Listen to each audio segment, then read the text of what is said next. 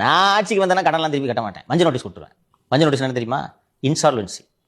எனக்கு வந்து என்கிட்ட 10 பைசா இல்லை, 2 கோடி ரூபாய் கடன் கேட்டு எல்லாரும் நீதிமன்றத்தில் போய் வழக்கு போடுறாங்க. நீதிமன்றத்தில் போய் வழக்கு போட்ட உடனே நான் வந்து இன்சால்வெண்ட்னு சொல்லிட்டேன், நான் திவால். புரியுதா?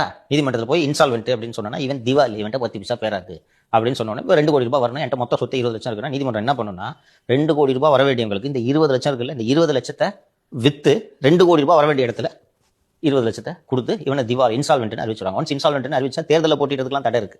இப்போ நாட் நார்மல் சிட்டிசன். புரியுதா? அது மாதிரி ஒரு சொன்னார் மேடையில். தம்பிகள் கதை தானே. நான் ஆட்சிக்கு வந்தால் மஞ்சள் நோட்டீஸ் கொடுத்தேன், கவர்மெண்ட் எப்படி மஞ்சள் நோட்டீஸ் கொடுக்க முடியும்? சொல்றது. அதுபோல அடுத்து வேறு ஆட்சி வந்தாலும் இந்த கடனை கட்டித்தான் தீர வேண்டும். நிச்சயமாக கட்டண உயர்வு செய்தே தீர வேண்டிய நெருக்கடி ஏற்படும். கஷ்டம்தான். டாஸ்மாக்ல அந்த லீக்கேஜ் அவங்க அதை சரி பண்ண மாட்டேங்கிறாங்க.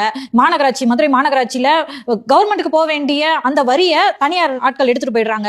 பார்க்கிங், இப்படி சிறுதுளி பெருவெள்ளம் தானே சார். அது மாதிரி மோசமான நீதிமன்றம் எல்லாவற்றையும் விட ரொம்ப முக்கியமான காரணம் என்னன்னா, இன்ஃபிளேட்டட் காஸ்ட்ல இந்த பிரிட்ஜ் 1 கிலோமீட்டர் 200 கோடிக்கு போட்டாங்கல்ல, அது இந்த பெரம்பலூர் ஸ்டேஷன்.